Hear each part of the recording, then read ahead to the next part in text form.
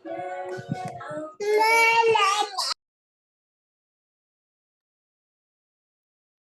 Assalamualaikum warahmatullahi wabarakatuh. Selamat malam, salam sejahtera untuk ayah dan bunda semua yang sudah berhadir di webinar Parenting by Motoric Kids Club. Jadi webinar ini adalah webinar pertama kami, webinar pertama Motoric Clubs. Tapi tenang saja bukan menjadi webinar terakhir, pasti akan ada webinar-webinar lainnya serta kegiatan lainnya yang diadakan oleh Motoric Kids Club. Oke, terima kasih sebelumnya kepada ayah dan bunda sekalian yang sudah menyempatkan waktunya di musim liburan ini untuk sama-sama belajar, sama-sama sharing pengalaman tentang dunia parenting ya. Nanti kita akan dibersamai oleh dua orang yang kece banget nih, kece banget, yaitu moderator kita yaitu Kang Alwin M. Reza dan juga narasumber kita yaitu Kak Rizkina Permatasari. Oke. Mungkin saya saya spill dulu mungkin latar belakang keduanya. Kang Alwin M. Reza ini mungkin ada yang udah ketemu ya kemarin saat kegiatan outing Motoric Kids Club yang fun hiking di Tahura itu. Boleh ngacung ayah dan bunda yang mungkin kemarin ikut? Siapa aja nih yang kemarin ikut nih? Oh, Mama Abian. Halo Mama Abian, Kak Nurul. Wah, lumayan banyak ya, Kak Nurul, Mama Abian. Ayo ada lagi yang kemarin ikut fun hiking. Oh, Kak Fahmi, siap. Kita berjumpa kembali. Oke, jadi Kang Alwin Emreza itu nanti yang akan mendampingi kita semua, yang akan jadi moderator. Beliau merupakan psikolog klinis dari Universitas Gadjah Mada, seperti itu. Beliau aktif di dunia research, dunia penelitian, juga aktif tentu saja di dunia counseling dan juga self development dan juga di dunia anak-anak. Lalu yang kedua pemateri kita yang wah ini kece banget sih, Kak Rizkina ini. Beliau juga merupakan psikolog dari Universitas Indonesia. Beliau spesialis di psikolog anak. Dan beliau juga sudah banyak sekali malang melintang di dunia parenting, di dunia perkembangan anak, pertumbuhan anak. Beliau juga berada di beberapa instansi tumbuh kembang anak juga, dan juga beliau aktif ayah dan bunda memberikan edukasi di beberapa portal berita juga. Wah ini agak-agak psikolog seleb ini Kariskina ini. Betul Kariskina? Ayo kita sapa dulu keduanya. Halo Kang Alwin, halo Kariskina. Halo Kambos, halo ayah bunda sekalian. Sehat-sehat Kang Alwin dan Kariskina. Alhamdulillah. Oke, siap kalau begitu. Untuk ayah dan bunda, di sesi pertama ini kita akan mendengarkan pematerian yang akan dibersamai tadi oleh Kang Alwin dan juga oleh Kariskina. Nanti akan ada sesi tanya jawab sharing, boleh melalui chat, boleh melalui open mic juga boleh. Nanti di akhir webinar kami akan memberikan 2 voucher diskon 50% untuk kegiatan Motoric Kids selanjutnya bagi 2 orang yang aktif dan juga memberikan pertanyaan terbaik seperti itu. Jadi silahkan ayah dan bunda di webinar ini kesempatannya untuk yuk serap banyak-banyak ilmu dari Kariskina. Nggak apa-apa nanya banyak, cari yang banyak, mumpung lagi ada di webinar ini. Oke, mungkin kita langsung saja saya serahkan kepada Kang Alwin. Silakan Kang Alwin. Baik, terima kasih Kakak Motorik Kids, aka Kakak Embos ya. Jadi Ayah Bunda Oh kalau iya, ini sebutnya adalah Kak Embos, ya nanti kalau Ayah Bunda ikut kegiatan kami, pasti akan selalu ngelihat wajahnya ya. insya Allah. Saya lupa Heeh. memperkenalkan diri, benar. Perkenalkan saya siapa ya? Panggil saja Mbos, benar. Itu sebutan terkenal saya. Oke. Ji. Pengen Si paling terkenal ya. saya pengen jadi terkenal kayak Kariskina nih. Ji. Silakan Kang Alwin. Dan alhamdulillah Kak Embos itu kalau Ayah Bunda lihat wajahnya, insya Allah ramah anak lah ya. Insya Allah ya, aduh ya Allah. Insya Allah. Oke, Ayah Bunda sekalian, terima kasih sudah berkenan hadir dalam acara webinar pertama kami gitu loh. Jadi hari ini kita akan ngebahas sebuah topik yang menarik bersama psikolog kita yang paling kece badai ini, Kak Kiki. Halo Kak Kiki. Halo Kak Alwin. Sehat Mbak Kiki. Mbak Rizkina ini panggilnya Mbak Kiki ya, Ayah Bunda. Iya, betul. Alhamdulillah sehat. Kang Alwin apa Alham- kabar? Alhamdulillah sehat. Gimana Jakarta? Hujan. Alhamdulillah Hujan nih. ya? Ah, Panas. Bandung sedang tidak hujan. Mungkin ini Ayah Bunda boleh dong ditulisin di kolom komentar dari mana aja gitu loh. Mau mungkin ada yang dari Bandung, dari Jakarta, atau mungkin ada daerah-daerah lain, silahkan boleh tulis di kolom komentar gitu. Oh, Mama Abian dari Bandung, ada dari Sumedang, boleh dong tahu-tahunya gitu ya. Dago katanya. Dago, mantap. Oke. Dari Garut. Garut. Kebetulan Mbak Kiki ini juga dari Garut. Ini tetangga Iya. kayaknya nih. Tetangga, Tetangga Mbak kayak. Kiki nih. Oke, Ayah, Bunda sekalian, Akang Teteh, Bapak-bapak, Ibu-ibu sekalian gini. Kita kan hari ini bakal ngebahas nih tentang parenting trap gitu ya. Apa sih parenting trap? Jebakan-jebakan yang biasanya nggak kita sadarin, yang kita alamin ketika kita melakukan pengasuhan terhadap anak gitu loh. Nah, cuman sebelum kita ngebahas apa sih parenting trap gitu ya, jangan-jangan kita terjebak nih dalam proses pengasuhan dan lain sebagainya gitu ya. Yang akhirnya kadang ngebuat bingung sendiri ya, Ki. Saking banyaknya overload informasi ya Mbak Kiki ya. Harus gini, harus gitu, jangan gini, jangan gitu. Kadang jadi pusing nggak sih Mbak Kiki? Kayak gitu tuh. Betul gitu. Kadang banyak orang tua yang datang konsultasi tuh untuk merunut kebingungannya itu karena informasinya terlalu banyak yang mereka serap ya gitu. Karena sekarang kan media sosial tuh bisa akses di mana aja berkaitan dengan parenting ini. Itu kadang-kadang itu jadi dua sisi ya, mata pisau gitu ya. Satu sisi itu bisa jadi beneficial buat kita karena kita bisa punya informasi yang banyak gitu ya. Tapi informasi banyak itu kadang-kadang juga overwhelm gitu. Jadi nggak tahu Ya, ya. yang bekerja untuk kita dan anak-anak kita tuh yang mana. Gitu. Ah, itu banget. Nanti kita bahas nih.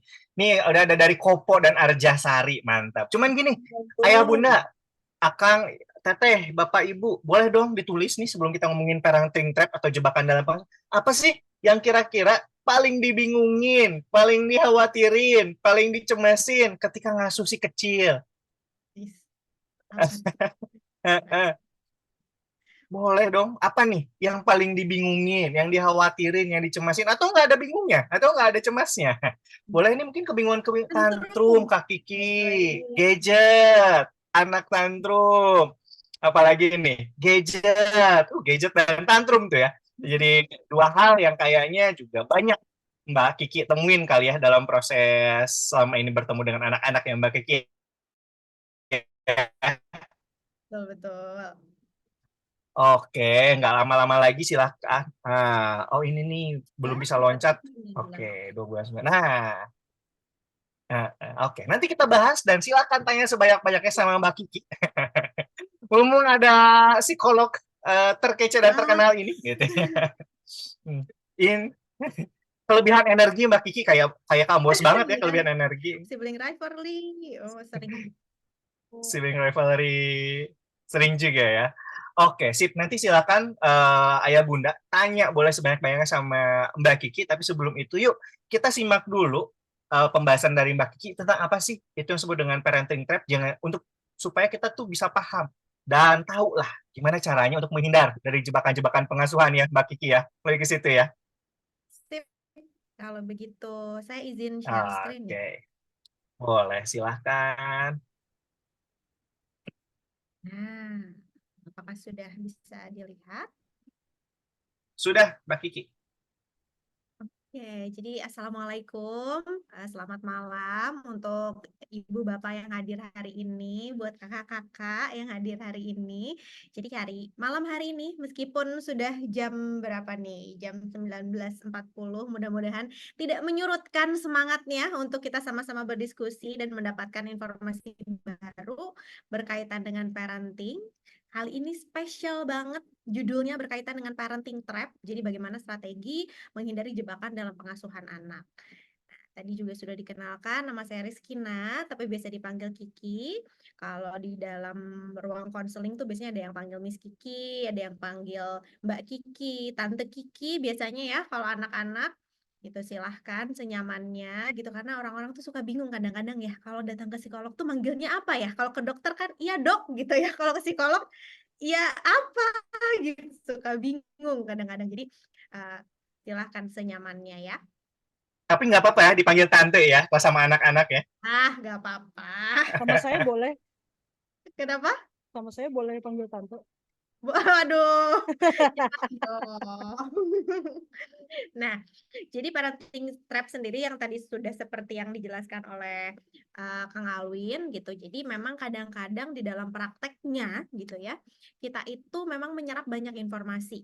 Tapi dari banyaknya informasi itu ada beberapa hal yang ternyata gitu ya, kalau misalnya kita praktekkan bisa jadi itu backfire gitu ya, bisa jadi bumerang untuk kita yang satu, atau yang kedua nggak apa-apa sih sebenarnya bisa dilakukan tapi ada aturannya gitu ya, ada do and don'ts-nya misalnya gitu, atau ada ukuran-ukurannya yang pas nih gitu, dan lain sebagainya. Jadi hari ini kita akan coba bahas itu. Nah, tapi sebelum membahas itu saya ingin memberikan aturan selama kita webinar hari ini. Yang pertama aturannya adalah jangan menyalakan audio selama sesi materi gitu ya, untuk para ibu-ibu, bapak-bapak yang hadir di sini kecuali saya karena saya akan memberikan materi. Yang kedua, jangan diam saja selama sesi webinar. Jadi harus aktif nih gitu ya selama sesi webinarnya.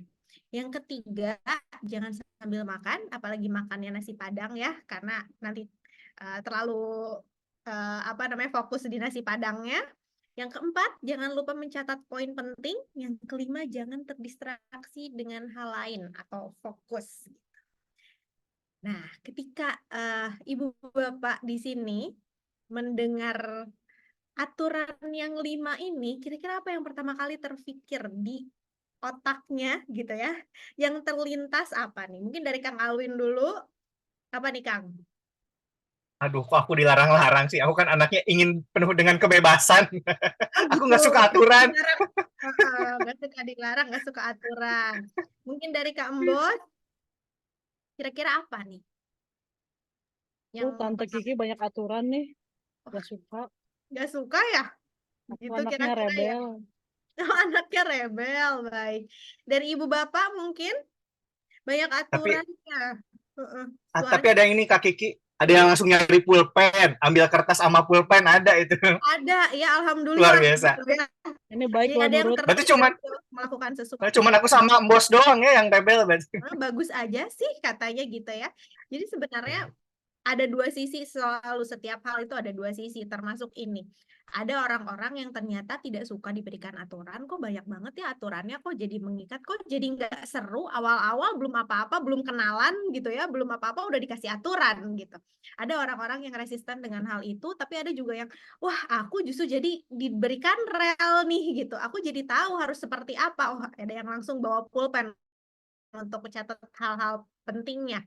Ada yang nggak apa-apa lah, bagus aja gitu. Tapi yang ini, yang aku berikan ini berkaitan dengan parenting trap pertama yang sering terjadi, yaitu jangan berkata jangan pada anak. Coba tuh jangannya udah ada dua nih. Kira-kira ibu bapak pasti sering sekali ya mendengar hal ini gitu, dan banyak yang datang ke ruang konseling juga yang bertanya gitu kayak, tante boleh nggak sih sebenarnya ngomong kata jangan gitu kan susah banget deh gitu untuk menghindari si kata jangan ini, kenapa gitu dan lain sebagainya gitu karena memang itu kan suatu kata di dalam kosakata bahasa kita ya gitu.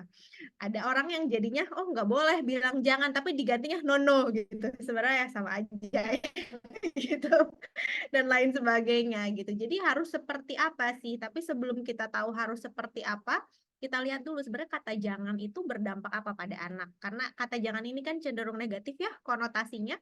Jadi biasanya ketika kita jangan tadi itu aturannya semuanya lima-limanya jangan.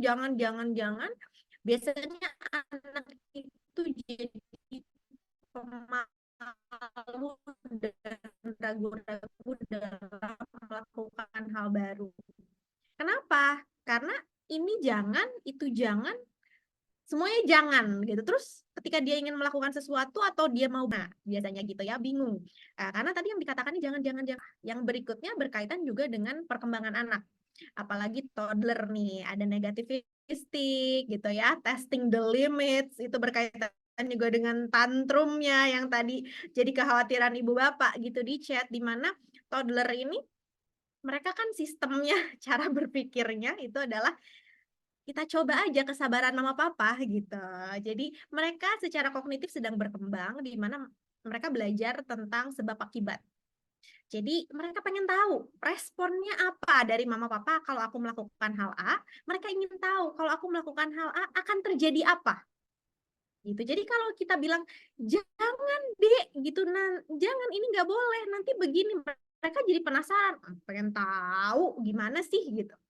Jadi mereka lebih terpancing malah kalau untuk si toddler ini dan mungkin beberapa anak juga yang biasanya anak-anak yang strong will gitu ya, yang kemauannya kuat gitu, yang kekeh banget gitu ya, itu biasanya tipe-tipe seperti itu. Ketika kita larang, ketika kita keluarkan jurus-jurus si jangan ini, malah mereka juga tertrigger untuk melakukan hal itu.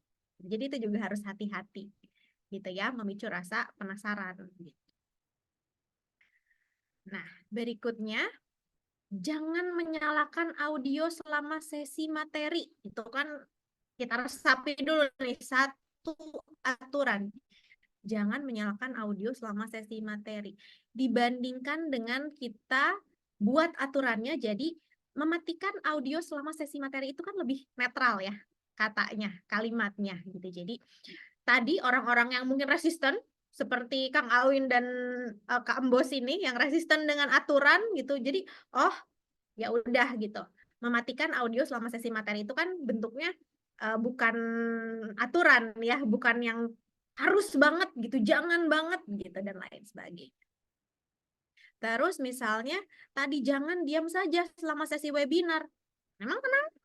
Kalau diam aja, kita kan jadi pengen nanya gitu ya ketika disampaikan aturan seperti itu. Tapi kalau berpartisipasi aktif selama sesi webinar, jadi kita tahu, oh memang harus aktif karena ini webinarnya interaktif misalnya gitu ya. Tidak diperkenankan untuk makan, catat poin yang dianggap penting, fokus selama sesi webinar itu informasinya jadi lebih jelas. Jadi selain kata jangan itu yang 3 tadi gitu ya, bisa anak jadi merasa nggak tahu harus yang bolehnya apa, anak jadi juga tertrigger untuk malah melakukan hal itu, sebenarnya anak lebih ke banyak bingungnya gitu. Karena ya udah inti dari perkataannya atau inti dari kalimatnya itu apa? Yang mereka lihat pertama kali jangan, udah nggak boleh gitu, udah nggak seru gitu. Sedangkan kalau kita ubah kalimatnya jadi positif, mereka bisa lebih memproses dari inti kalimatnya gitu ya. Berikutnya, jadi boleh atau enggak? Intinya tetap itu. Gitu pertanyaannya. Jadi boleh apa enggak nih tante gitu. Boleh apa enggak nih aku ngomongin jangan. Sebenarnya boleh dengan syarat gitu ya. Jadi tidak sering-sering dikeluarkan kata jangannya, tapi syaratnya apa? Syaratnya ketika memang hal itu membahayakan anak. Ketika kita memang ada urgensi untuk melarang dia melakukan itu berkaitan dengan hal bahaya, itu boleh dikeluarkan kata jangan. Gitu. Kalau misalnya tidak terlalu urgent gitu, kita coba dulu untuk cari kata positifnya agar anak bisa lebih menangkap sebenarnya apa inti dari aturan tersebut. Itu yang pertama. Lalu yang berikutnya, parenting trap yang berikutnya adalah sering banyak anggapan nih bahwa aku tuh baik-baik aja loh dulu kayak giniin sama orang tuaku. Diperlakukan seperti ini. Malah aku bisa berhasil, aku bisa sukses. Kenapa anakku tidak bisa?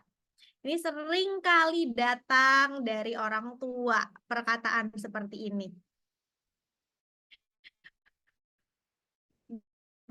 Dulu aku tuh untuk misalnya dapat nilai itu nggak sekedar dapat nilai aja, nggak sekedar soalnya misalnya ya, tugasnya dikumpulkan saja, tapi aku tuh pengen dikumpulkan dan dapat nilai bagus gitu. Dibagus-bagusin istilahnya ya. Tugasnya itu dikerjakan dengan sungguh-sungguh. Itu sering sekali datang. Tapi kenapa anakku tuh kayak ya udah tugasnya asal aja dikumpulin yang penting selesai. Kenapa ya gitu kok seperti itu gitu. Padahal aku sudah berusaha sama nih parentingnya seperti orang tuaku dulu. Kenapa hasilnya beda? Ya karena individunya beda gitu. Mungkin kita dulu diperlakukan seperti itu oleh orang tua cocok nih gitu dengan kepribadian kita. Tapi kalau sama anak kita belum tentu cocok. Berikutnya juga perkembangan zaman. Dengan adanya perkembangan zaman, kemampuan anak untuk berpikir, berperilaku itu juga berubah. Jadi kita juga harus menyesuaikan dengan hal itu. Kalau dulu, kenapa sih dulu tuh kan mungkin ada juga dari teman-teman yang di sini ibu bapak yang hadir di sini mungkin masih ada gitu, misal dicubit gitu ya, atau misalnya dimarahin gitu, atau misalnya dipukul sama orang tuanya gitu ketika kita melakukan kesalahan tertentu atau ketika kita tidak melakukan sesuatu yang diperintahkan misalnya gitu. Sekarang anakku udah nggak aku gituin kok gitu, tapi kok nggak ada sama sekali tumbuh disiplinnya istilahnya. Itu juga sering jadi pertanyaan dari orang tua gitu ya. Mungkin perkembangan zamannya berbeda. Dulu kita tuh wah ini juga sering dikeluhkan nih antara milenial versus Gen Z gitu. Milenial tuh kayak tough banget gitu, kuat-kuat banget, kok Gen Z ini melempem dan lain sebagainya gitu ya. Zamannya sudah beda, apa yang kita hadapi dulu tidak mereka hadapi, sehingga mereka berkembang dengan cara yang berbeda. Ada hal yang tidak mereka miliki, tapi kita miliki, begitupun sebaliknya ada hal yang mereka miliki tapi tidak kita miliki karena terpengaruh dari perkembangan zaman itu. Jadi kita juga harus punya kemampuan untuk observasi anak, harus tahu dia itu tipenya seperti apa gitu ya, secara individu gitu ya, dia hidup di zaman apa gitu, sehingga itu bisa kita sesuaikan dari cara kita parentingnya.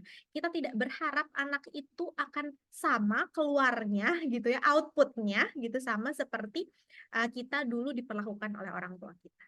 Jadi selalu ada tailor made ya di dalam parenting itu sesuai dengan anak. Mungkin gitu juga tuh. Anak pertama dibeginiin bisa nih, anak kedua belum tentu.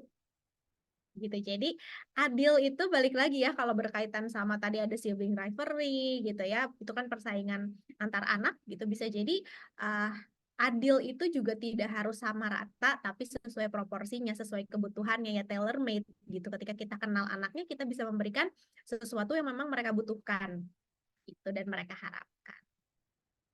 Berikutnya, memberikan sebanyak-banyaknya mainan edukatif untuk menstimulasi anak.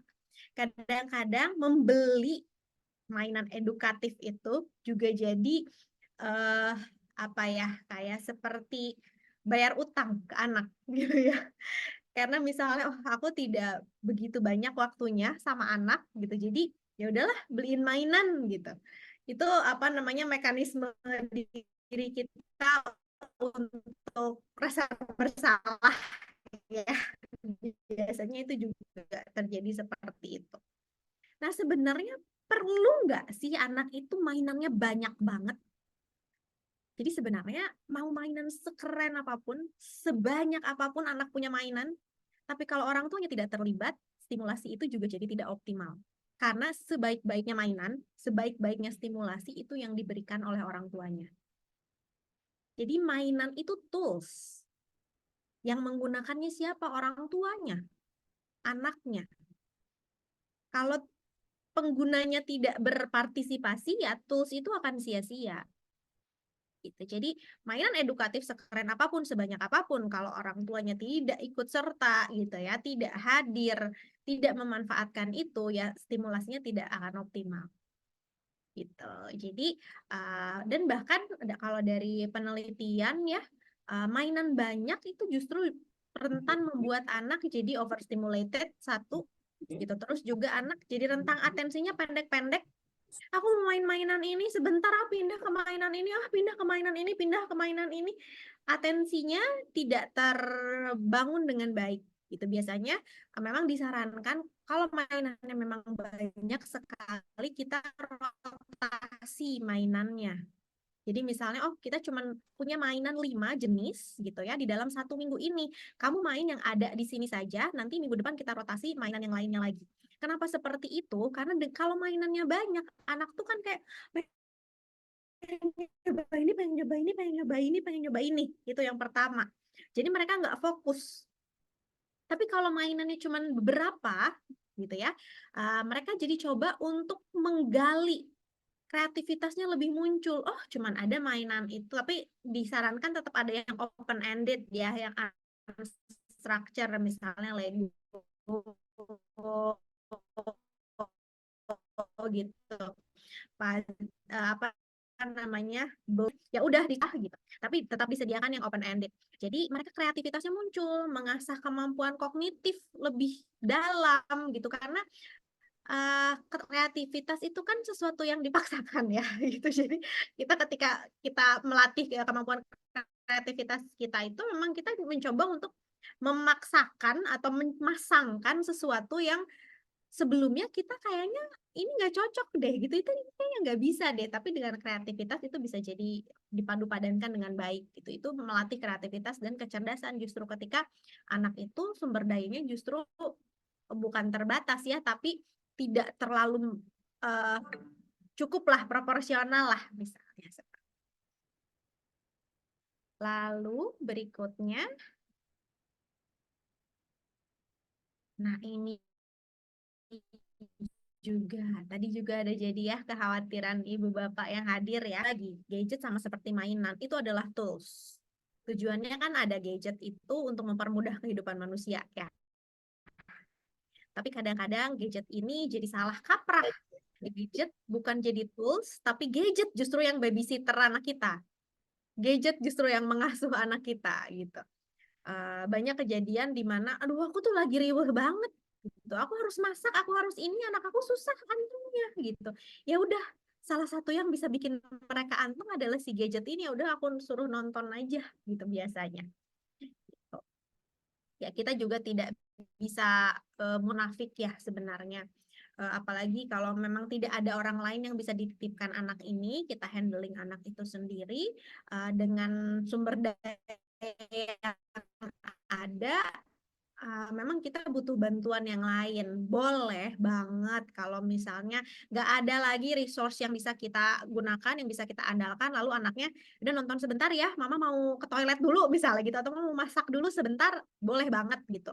Tapi balik lagi gitu, kita harus melakukan persiapan juga, nggak bisa gitu sih, kita menyerahkan anak kita, kepanjangan tangan kita itu si gadget tuh nggak bisa gitu. Kita tetap harus menjadikan gadget ini tetap posisinya sebagai tools gitu. Dan kenapa kok nggak boleh sih screen time gitu ya, nggak boleh gadget itu, kenapa ya? Pertama karena si gadget itu menggantikan alokasi waktu untuk stimulasi gitu. Bayangkan kalau misalnya 2 jam anak itu main sama kita, apa yang bisa dia kan bisa main banyak hal ya,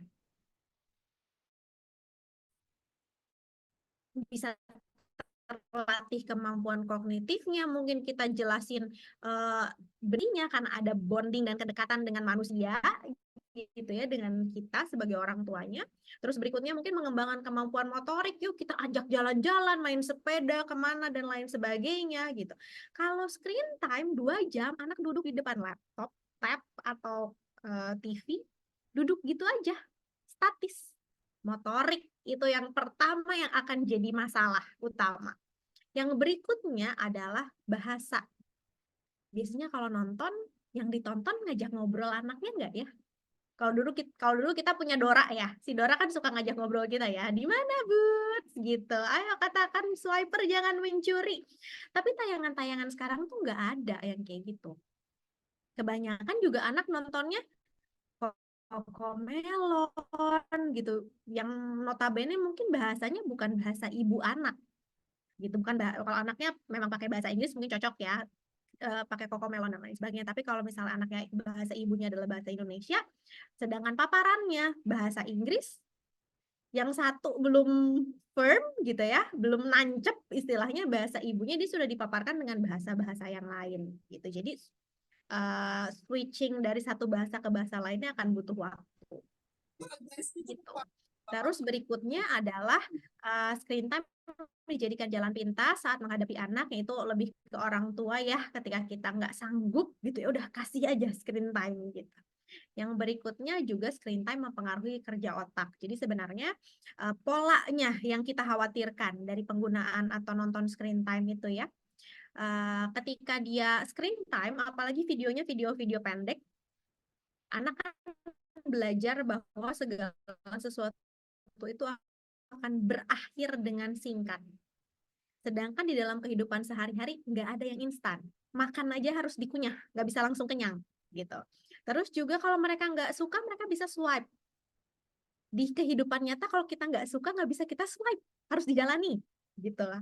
Itu juga pola pikir seperti itu yang mungkin itu akan jadi pattern yang masuk ke otak anak gitu ya. Itu akan dia membuat jejaring di antara neuron-neuronnya gitu, yang itu akan mereka generalisasi di dalam kehidupan sehari-hari. Sehingga kenapa kok anak aku nih nggak sabaran gitu, mau apa-apa tuh mau sekarang juga, kalau nggak dikasih tantrum, nangis, guling-guling gitu. Bahkan ada yang sampai pukul-pukul kepala, ada yang sampai membahayakan diri sendiri, lempar-lempar gitu. Karena pola-pola seperti itu yang muncul, pola-pola seperti itu yang terus-menerus anak ini hadapi, sehingga itu digeneralisasi. Dia nggak bisa tahan untuk menunggu, gitu ya, delay gratification atau apa namanya, kemampuan anak untuk menunggu sesuatu gitu ya, itu yang tidak terlatih karena si screen time ini gitu polanya. Jadi itu yang menyebabkan jadi masalah-masalah perilaku yang lain di kemudian hari. Lalu kalau mau tetap kasih screen time kan nggak mungkin ya Mbak gitu, nggak mungkin ya Tante, anak aku sama sekali nggak dikasih screen time gitu. Aduh kayaknya aku capek banget deh misalnya gitu. Sebenarnya ada 3 syarat. Karena balik lagi ya, pola asuh itu bukan hitam dan putih gitu, tidak sekaku itu. Pola asuh itu memang tailor made. Kita punya rambu-rambunya, tapi balik lagi sesuai dengan anaknya, sesuai dengan orang tuanya, sesuai dengan situasinya. Gitu. Yang pertama adalah durasi sebenarnya yang harus kita pertimbangkan. Jadi ada saran-saran di mana anak di bawah 2 tahun itu jangan diperkenalkan dengan screen time dulu. Tuh ya, jadi ditahan dulu selama 2 tahun. Ya, kalau misalnya mau berkaitan dengan komunikasi misalnya video call gitu ya atau telepon itu masih nggak apa-apa gitu, karena misalnya papanya kerjanya jauh misalnya gitu ya, atau misalnya ya berkaitan dengan komunikasi lah, itu masih ada interaksi, itu masih nggak apa-apa. Terus juga kalau misalnya di atas 2 tahun itu disarankan 1 jam. Kalau misalnya udah masuk SD gitu ya, bisalah 2 jam sampai 2,5 jam gitu digunakan screen time ini. Tapi tidak serta-merta anaknya duduk di depan TV ya udah disetelin videonya dan semuanya selesai gitu. Tapi kita harus melakukan yang nomor 2. Kita harus dikontrol. Kita harus tonton dulu. Itu karena sekarang apalagi banyak kekhawatiran banyak apa namanya, masuk konten-konten yang tidak sesuai dengan nilai kita gitu. Yang paling ditakutkan orang tua sekarang kan tentang LGBT ya gitu, karena mungkin banyak yang berbeda lah dengan nilai-nilai yang dianut oleh orang tua di Indonesia gitu. Jadi itu harus juga kita tonton dulu gitu. Itu sesuai nggak ya tontonan yang mau kita kasih sama anak. Jangan udah ini mah anak-anak kok pemerannya dikasih, oh ternyata pemerannya anak-anak, diteleponin tuh kebanyakan ya video-videonya ternyata ada konten-konten yang vulgar gitu. Jadi itu juga harus kita pastikan. Jangan karena ini kartun, ini pemerannya anak-anak, kita kasih begitu saja secara bebas. Tapi harus ditonton dulu, ditelaah dulu sesuai tidak dengan nilai yang ingin kita sampaikan pada anak. Yang ketiga adalah pendampingan. akan lebih baik ketika anak nonton itu kita tetap ada di sampingnya, ngajak ngobrol anaknya, agar interaksi tetap terjalin. Jadi, oh itu tuh lagi apa ya si orangnya gitu. Itu tuh siapa? Oh warnanya warna apa ya gitu. Jadi tetap ada interaksi untuk melatih kemampuan bahasa. Jadi meskipun dia diberikan screen time, tapi si stimulasinya itu tetap tidak hilang, gitu ya. Yang bisa dilakukan berkaitan dengan screen time. Berikutnya, nah ini bermain di dalam rumah aja. Udah kalau anak sekarang mah keep private katanya gitu ya. Jadi mainnya di dalam rumah aja, karena kalau main sama tetangga nggak ada yang seumuran biasanya alasannya. Kalau misalnya main sama tetangga, nanti anak aku belajar bahasa-bahasa tidak baik, gitu ya. Kalau main sama tetangga, nanti ini itu dan lain sebagainya. Jadi ya udah, anak aku itu mainnya di dalam rumah aja sama mama sama papanya bertiga. Nah, anak-anak yang terbiasa seperti ini, yang jadi resiko adalah social skills. Main sama mama papa di rumah gitu ya, itu aman. Kita nggak cemas gitu karena kita bisa mengontrol lingkungannya. Tapi ketika dia main dengan teman-temannya, mereka akan mengembangkan banyak kemampuan, terutama social skill.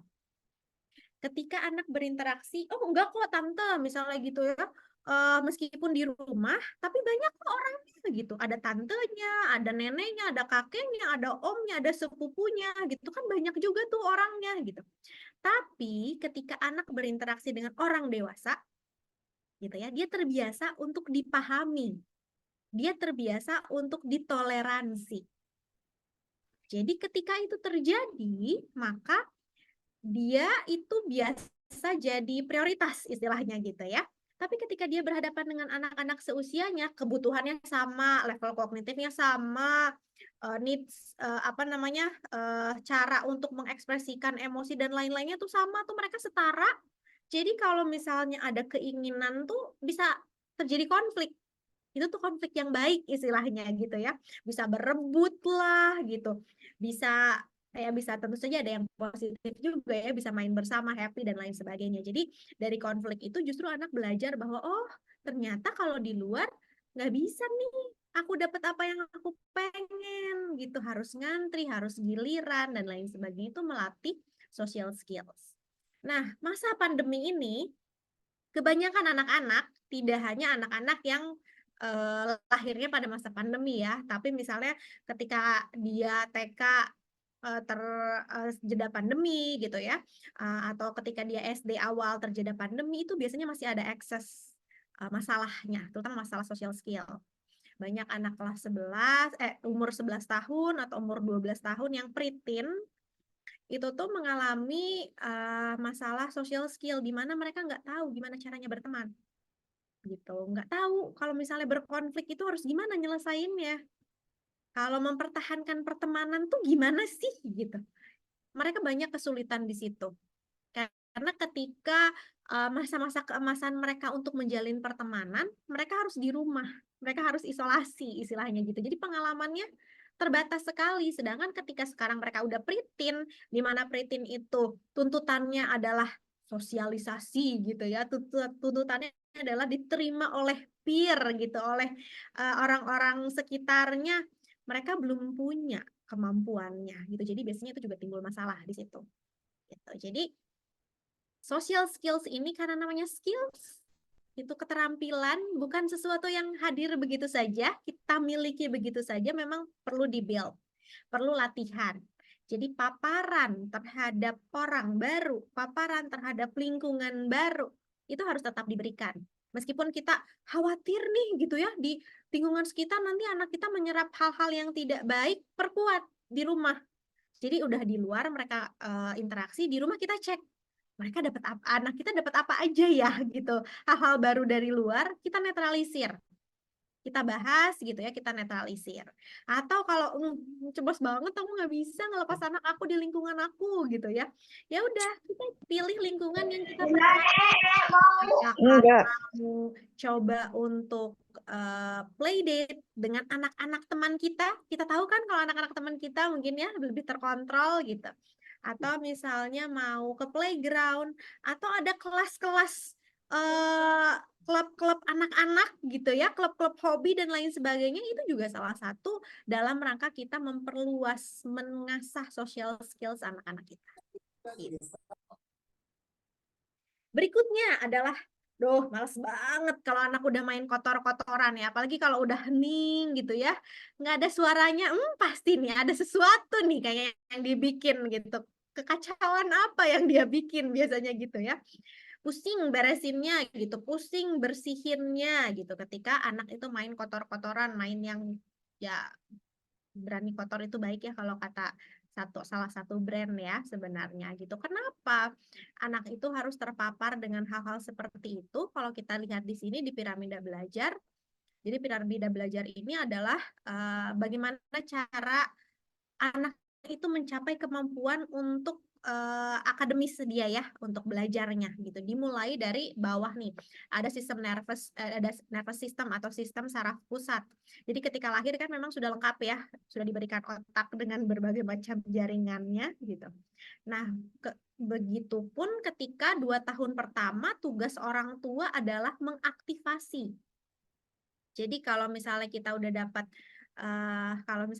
kartu gitu ya, kartu nomor misalnya gitu, nomor handphone kan harus diaktifasi dulu ya, anak juga gitu. Udah dapat nih modalnya gitu. Kita harus aktivasi di 2 tahun pertama, diaktifasinya dengan cara apa? Dengan cara diberikan stimulasi di pengindraannya. Penginderaan itu adalah atau sensori ya, jadi ada mata gitu ya, penglihatan, perasa, dan lain sebagainya itu tuh harus diaktifkan dengan berbagai macam kegiatan, berbagai macam hal yang ada di sekitar mereka.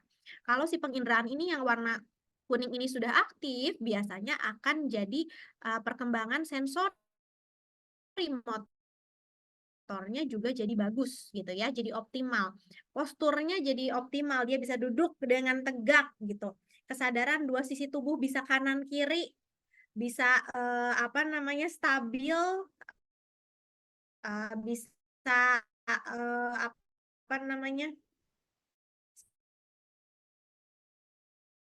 seimbang gitu. Perencanaan gerak gitu, kemampuan menerima input berkaitan dengan instruksi ya,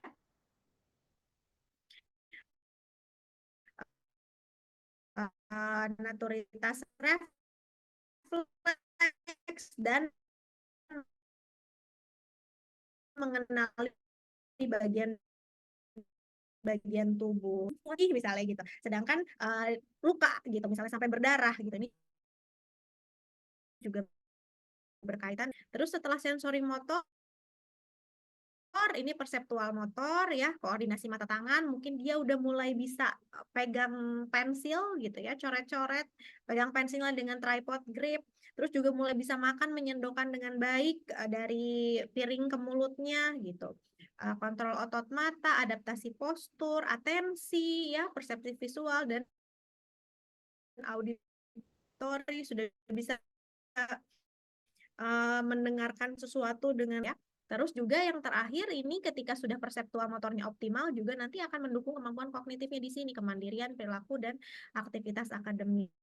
Jadi kalau sudah sampai di sini itu bisa dikatakan anak kita siap kapan untuk belajar di sekolah dasar biasanya.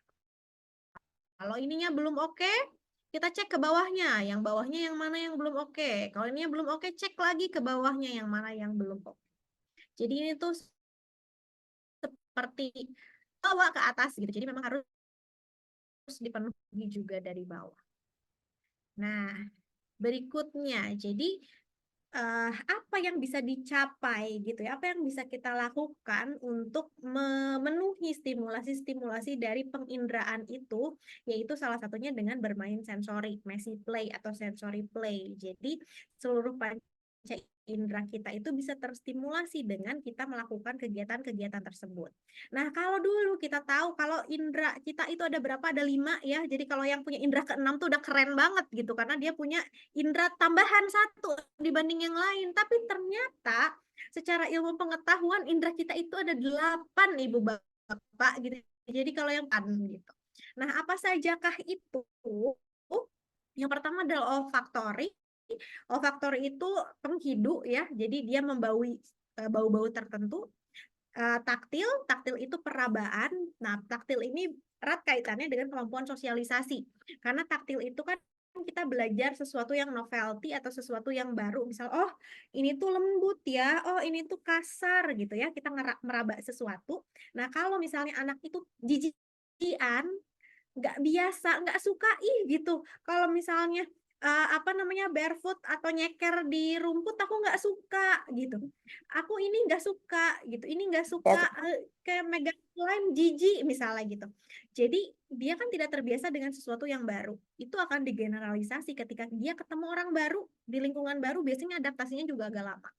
Gitu. Jadi kalau anak-anak yang bermasalah di adaptasi, biasanya kita cari taktilnya gimana sih gitu, taktilnya udah bagus apa belum, udah optimal apa belum gitu. Nah, dan taktil ini penampangnya atau reseptornya itu tidak hanya di tangan dan di kaki, tapi di seluruh permukaan kulit termasuk yang ada di dalam mulut gitu. Jadi kalau anaknya picky banget gitu ya, nggak mau makannya tuh cuma mau makan yang kriuk-kriuk, nggak mau makan yang dikasih kuah misalnya gitu, atau kebalikannya maunya yang kuah-kuah, nggak mau yang kering, nggak mau ini, cuma maunya nugget aja gitu. Kalau anaknya sepiki itu, tugas kita adalah taktilnya. Berarti coba disuruh barefoot, nyeker di tanah gitu, nyeker di rumput, nyeker di pasir gitu, di masukin lagi di input gitu stimulus-stimulus taktilnya agar nanti dia jadi lebih biasa dengan berbagai macam tekstur, makannya juga jadi lebih baik. Visual, apa yang dilihat, warna gitu ya, gelap, terang dan lain sebagainya. Gustatori, rasa, ada anak-anak yang cenderung maunya yang gurih gitu, ada yang mau yang asin, mau yang manis gitu dan lain sebagainya. Auditori, pendengaran, ada yang sensitif dengan pendengaran, misalnya ada suara blender tuh bisa nangis-nangis gitu, ada suara yang lucu tuh, bukan lucu sih kalau misalnya itu terjadi sama saya juga pusing ya, tapi misalnya ini unik gitu. Jadi ada klien saya, dia sensitif sekali auditorinya sampai tukang paket dia bisa histeris, paket gitu ya, tok tok tok paket gitu, seperti itu saja dia bisa histeris karena auditorinya sangat sensitif. Terus berikutnya, nah ini yang kita familiar ya, kelima indera ini, olfaktori, taktil, visual, gustatori, dan auditori. Ini ada 3 newcomers. Yang pertama adalah vestibular. Vestibular itu kemampuan kita untuk keseimbangan, ya, jadi gerak, untuk menggerakkan diri kita gitu. Terus berikutnya proprioseptif adalah kemampuan untuk position in space. Jadi misalnya, oh, ini tuh ada lawang gitu ya, ada pintu sebesar ini, aku masuk nggak ya gitu. Ada anak-anak yang position in space-nya belum bagus, ditabrak, oh ternyata belum masuk nih segini gitu. Ada yang seperti itu. Terus juga proprioseptif berkaitan dengan kemampuan untuk mengendalikan, mengira-ngira kekuatan yang dikeluarkan untuk mengerjakan sesuatu. Misalnya kalau misalnya mau tutup pintu, itu nggak usah kenceng-kenceng, ditutup aja gini. Tapi ada yang gubrak gitu ya, kenceng banget. Tapi kalau disuruh nulis atau misalnya disuruh gambar, ngambang gitu sampai nggak kelihatan pensilnya gitu. Itu kan artinya berarti dia belum bisa mengira-ngira kalau untuk nulis kekuatannya sebesar apa ya sampai pensilnya bisa kelihatan. Kalau untuk nutup pintu harus sekenceng apa ya biar tutup pintu itu tetap rapat gitu ya, tapi tidak suaranya jadi nggak kenceng misalnya gitu, nggak rusak gitu dan lain sebagainya. Nah, kalau introseptif adalah kemampuan kita untuk merasakan apa yang ada di dalam diri kita, di dalam tubuh kita. Oh, aku lagi berdetak nih jantungnya. Aku kerucuk-kerucuk perutnya, artinya aku lapar. Gitu. Introseptif ini juga berkaitan dengan kemampuan anak untuk memahami emosi, karena emosi juga ada sense secara tubuhnya ya, misalnya lagi marah nih, duk duk duk duk duk duk duk duk duk banget, terus tiba-tiba tubuhnya jadi panas gitu ya. Nah, itu juga kemampuan yang berkaitan dengan introseptif. Jadi kalau anaknya, itu anak aku nggak bisa ngendaliin emosi banget gitu. Marah-marah terus. Kita cek di sensori ini apakah introseptifnya sudah baik apa belum. Atau ada anak yang misalnya belum bisa nih toilet training, kebobolan terus. Nah, introseptifnya gimana? Dia sadar nggak dengan alarm tubuhnya kalau ini tuh udah pengen pipis, ini tuh pengen pup misalnya. Gitu ya. Jadi si indera ini tuh sangat jadi kuncian awal, dia itu jadi pintu gitu ya untuk kita bisa memasukkan informasi ke dalam otak anak kita. Nah, jadi kegiatan sensori tadi yang bisa menstimulasi si kedelapan indera itu sebenarnya tugasnya apa sih di dalam otak? Jadi ketika kita memberikan input sensori ke dalam otak kita itu membuat jaringan gitu, jaringan antar neuron. Nah, jaringan antar neuron itu ketika banyak jalur syaraf yang teraktivasi itu anak kita tuh informasinya jadi banyak. Anak-anak yang punya informasi yang banyak dalam tanda kutip tuh anak-anak yang pintar gitu. Jadi kalau kita pengen anak-anak kita pintar, perkembangannya optimal, salah satu cara yang harus kita lakukan adalah tentu saja memberikan kegiatan-kegiatan sensori. Sensorinya dipenuhi dulu agar anak kita lebih calm and alert gitu ya kalau istilahnya, lebih hadir. Ketika dia sudah hadir, mau kita kasih stimulus apapun itu akan masuk dengan mudah ke dalam ingatan anak kita. Dan bermain multisensori ini sebenarnya bisa dilakukan di mana gitu ya, selain di dalam rumah mungkin bisa ya gitu, kita beli slime gitu, kita beli main pasir-pasiran, main beras-berasan, tapi sebenarnya ada satu tempat yang kita nggak usah repot, nggak usah pusing, semuanya sudah tersedia, yaitu di alam. Nah, itulah kenapa mungkin yang bisa menjelaskan kalau dulu anak-anak seusia kita ya, kita kan dulu pernah jadi anak-anak ya, tapi anak-anak seangkatan kita tuh kayaknya nggak ada deh yang masalah sensori. Sensori itu kalau anak-anak dengan masalah sensori itu namanya sensory processing disorder ya. Nggak ada deh yang ada masalah sensori, kayaknya semuanya oke-oke aja gitu. Kenapa? Karena dulu lingkungan alam terbukanya masih banyak sekali ya zaman kita. Mungkin ada yang suka main tanah-tanahan di depan perkarangan rumah, ada yang masih manjat pohon gitu ya, ada yang lari-lari Gobak sodor, Kak Kiki, gobak gobak sodor. sodor gitu. Ada yang misalnya ngambil, kalau saya dulu waktu kecil ngambil sejenis tanaman tapi seperti mie-mian di itu tuh terus dijadiin masak-masakan gitu ya, daun-daunan dibikin jadi ramuan gitu ya. Itu kan berarti banyak hal yang diberikan itu dan itu multisensori. Kita bisa merasakan, oh gini ya daun itu kalau diraba, oh kalau dibauin tuh baunya gini, bau daun. Warnanya hijau daunnya.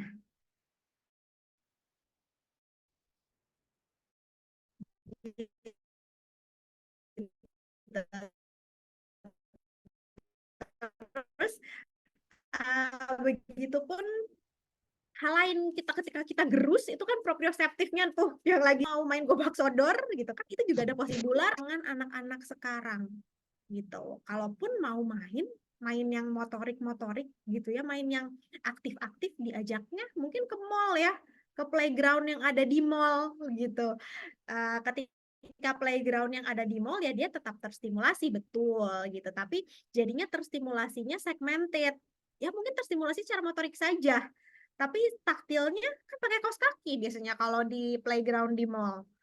Jadi mereka tidak grounding gitu ya, mereka tidak merasakan sensasi-sensasi yang ada di dalam tubuh mereka gitu. Jadi memang bermain multisensori ini salah satunya memang harus dicoba di alam. Nah, saya juga kan praktek di Garut nih, Kang Alwin. Saya mau cerita sedikit. Di Garut itu kebetulan belum ada namanya terapi okupasi, susah banget nyari tenaganya gitu. Jadi ketika ada klien yang datang dan memang masalahnya sensori gitu, kebanyakan kan anak-anak dengan autism juga sepaket tuh dengan sensory processing disordernya, itu biasanya saya suruh mereka buat coba deh banyakin main ke alam dulu dalam 3 bulan ini gitu. Itu biasanya setelah mereka datang kembali tuh oh udah lebih baik nih, fokus atensinya mereka sudah lebih hadir gitu, dan ketika itu bisa dilanjutkan ke terapi-terapi yang lain terutama terapi wicara gitu yang biasanya juga dibutuhkan oleh anak-anak autism gitu. Jadi intinya kalau yang terakhir ini adalah kita harus coba untuk mengaktifkan lagi gitu ya ingatan-ingatan masa lalu kita, keseruan-keseruan ketika kita bermain kotor-kotoran gitu ya, ketika kita bermain jarambah kalau bahasa Sundanya gitu. Itu juga bisa digunakan untuk jadi alternatif solusi untuk memberikan stimulasi kepada anak kita agar perkembangannya jadi optimal. Seperti itu. Terima kasih. Ya, kalau misalnya mau dari Ibu Bapak atau dari Kang Alwin atau dari Kang Bos di sini ada parenting trap yang lain yang mau dibahas, silahkan ya. Saya serahkan kembali kepada Kang Alwin. Oke, keren banget. Boleh kita kasih aplaus virtual dulu? Wah, Sudah. Keren banget. Eh Mbak Kiki. Jadi kalau saya tuh akhirnya jadi ingat sesuatu Mbak Kiki. Ternyata gini ya, apapun yang kita lakukan ketika kita kecil, apapun permainan, aktivitas, dan apapun lah yang terjadi ya, yang kita lakukan selama masa kecil, ternyata itu tuh miniatur kehidupan ya. Ketika kita udah kelak dewasa. Iya nggak sih? Kayak tadi, oh ketika kita ngomongin gadget ya, apalagi kan kalau sekarang tuh remaja sekarang TikTok dan lain sebagainya, kenapa atensi itu semakin rendah, spend time-nya gitu ya, waktu atensi itu semakin rendah, karena kita kan banyak banget ya dikasih paparan-paparan yang serba singkat, serba instan. Kayaknya susah banget buat sabar gitu ya. Dibalas chat 5 menit pun, udah gak sabar gitu ya.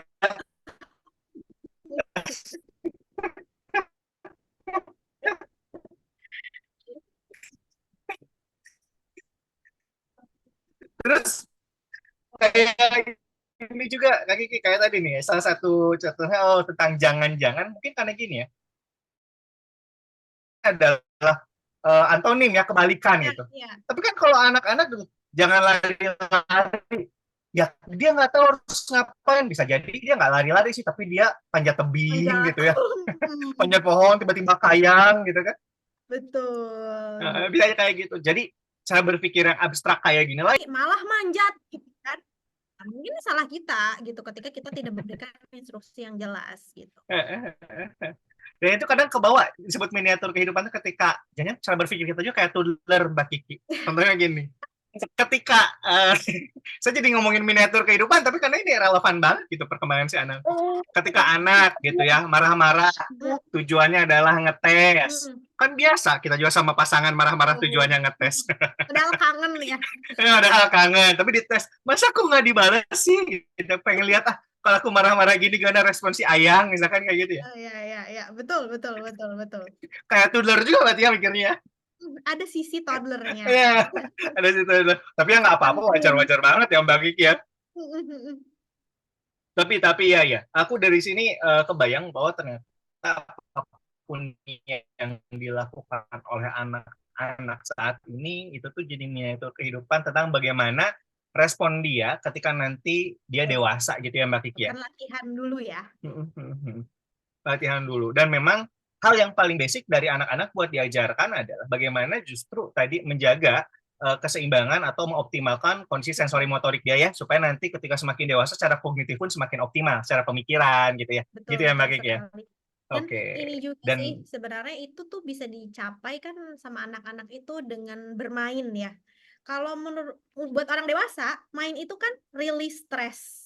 Kalau buat anak-anak bermain itu serius learning, mereka emang belajarnya lewat itu gitu. Jadi itu juga nggak boleh kita lupakan gitu. Untuk anak itu harus tugas utamanya main. Jadi main itu memang adalah tugas belajar, tugas perkembangan mereka ya Mbak Kiki? Cuman main-main, bukan cuman main-main buat anak tuh. Serius kok mereka tuh. Serius ya, serius. Oke, menarik banget. Dan tadi salah satu yang jadi penting adalah bagaimana kita mengembalikan mereka ke alam juga ya Mbak Kiki ya. Karena jangan-jangan selama ini kita terlalu ngekep, mengekang mereka di dalam ruangan gitu ya. Dan lupa buat mereka kembali ke alam. Karena gini Mbak Kiki dan Ayah Bunda, Bapak Ibu sekalian, saya tuh pernah baca riset ketika tahun 2020 gitu ya. Ada yang disebut dengan nature deficit disorders. Jadi ketika kemarin kita pandemi 2020 itu kan anak-anak dan kita ya orang dewasa juga harus ya mengekang diri dan mengeram diri di dalam rumah karena COVID penyebaran. Ternyata itu tuh ngaruh banget karena si anak-anak nggak pernah keluar, nggak pernah ketemu alam. Kalau tadi bahasa Mbak Kiki adalah taktilnya nggak pernah menyentuh tanah, nggak pernah ngomong lagi sama pohon gitu ya. Ternyata secara emosional pun mereka jadi cenderung lebih mudah tantrum, secara sosial juga jadi sulit beradaptasi. Jadi muncullah istilah baru yang namanya nature deficit disorder alias gangguan karena kita defisit atau kekurangan untuk berinteraksi dengan alam. Mungkin ini ya tadi Mbak Kiki bilang bahwa yang namanya multisensori itu atau perkembangan anak itu bisa dioptimalkan juga salah satunya adalah lewat alam gitu ya. Oh. Jadi sebenarnya itu tuh jalan ninja kalau menurut aku ya. Kalau misalnya kita harus menghadirkan multisensori itu ke dalam bentuk permainan, kan banyak ya effortnya ya gitu. Tapi kalau ya udah kita ajak aja anak ke alam itu kan semuanya sudah tersedia. Jadi ribet istilahnya. Siap, mantap banget. Insight-nya banyak banget dan tentunya pertanyaannya juga banyak banget nih Mbak Kiki. Oke, apa tuh Oh, pertanyaannya? udah banyak banget Ada, ini. iya udah banyak banget Ngantri, nih. udah waiting list. Wow. Pertanyaan pertama, ini kayaknya satu pasang nih, Bunda Amira dan Ayah Mogi. Ya, karena ini namanya Amira dan Mogi.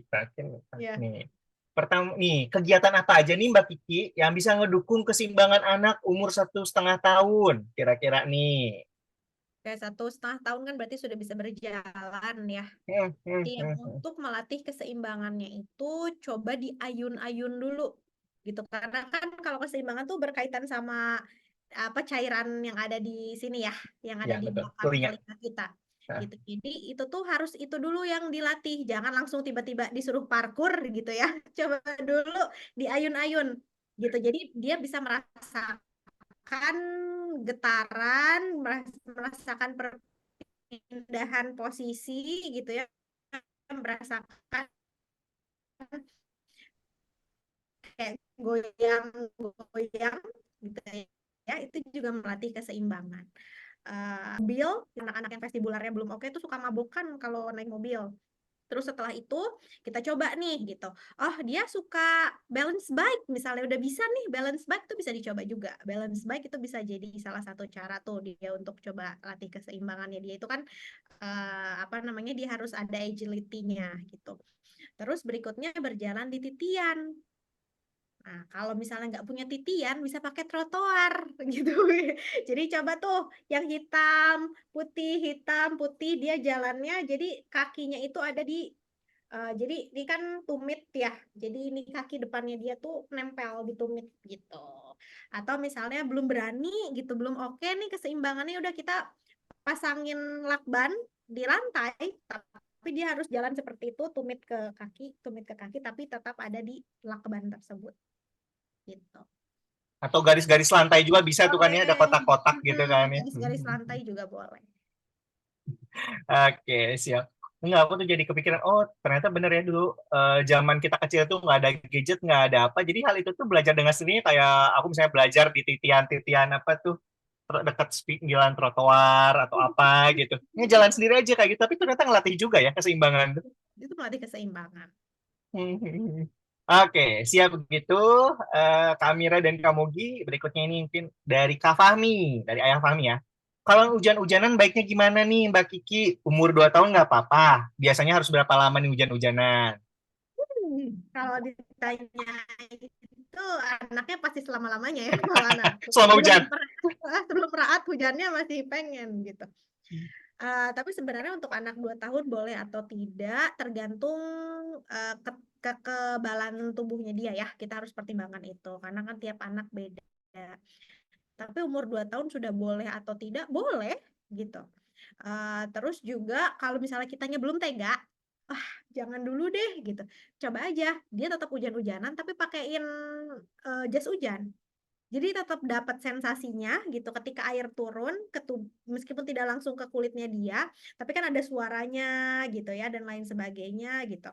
Itu masih tetap bisa apa namanya termasuk main hujan-hujanan. Gitu. Dan berapa lama waktunya ya jangan lama-lama lah. 15 menit, 10 menit juga sudah cukup untuk anak usia 2 tahun. Kalau sejam kayak lagi motor-motoran terus kehujanan ya Mbak Kiki di jalan. Masuk Sama angin. masuk Kayak angin. kampus tuh sering banget hujan-hujanan kayak gitu di motor. Jibruk aja Menutupi air jadinya. mata. Menutupi air mata. Sambil tenis. Oke, siap begitu. Kak Fahmi, berikutnya ini dari Kak Ayu sebagai guru TK, aku menghadapin berbagai macam anak yang dibahas tadi, Mbak Kiki. Betul. Apalagi kalau guru TK ya, karena kan Hmm, anaknya banyak, hmm, bermacam-macam, backgroundnya tuh pasti ada aja gitu keunikan-keunikannya. Ini ada pertanyaan lagi. Aku juga punya dari Kak Fahmi nih. Aku juga punya ponakan umur 7 tahun. Kalau denger gadget keras banget, Gadget, gadget oh keras. gadget ya, gadget keras banget dan kalau tutup pintu keras banget gitu. Itu gimana ya bayar hutang sensorinya? Oke. Itu kan dia berarti seeking, sensory seeking ya, karena harus kenceng, kenceng, kenceng. Berarti kan dia butuh. Jadi si sensornya itu nggak kena gitu. Dia belum, kalau misalnya tidak kenceng, itu tuh nggak masuk ke sensornya dia. Makanya dia butuh sesuatu yang besar gitu untuk masuk ke sensornya dia. Nah, yang dibutuhkan adalah kita coba kasih variasi gitu. Misalnya, wah kita coba ngomongnya pelan-pelan gitu. Gitu ya. Kita coba ngomongnya bisik-bisik gitu. Terus misalnya kita putar lagu, tapi lagunya dari kecil volumenya besar, besar, besar, besar, besar, besar gitu. Terus diregister berbagai macam suara, misalnya suara binatang, suara sirine, suara lain-lain. Itu juga bisa membantu untuk dia bisa membayar utang sensorinya. Oke, siap. Berarti itu ya tadi ya.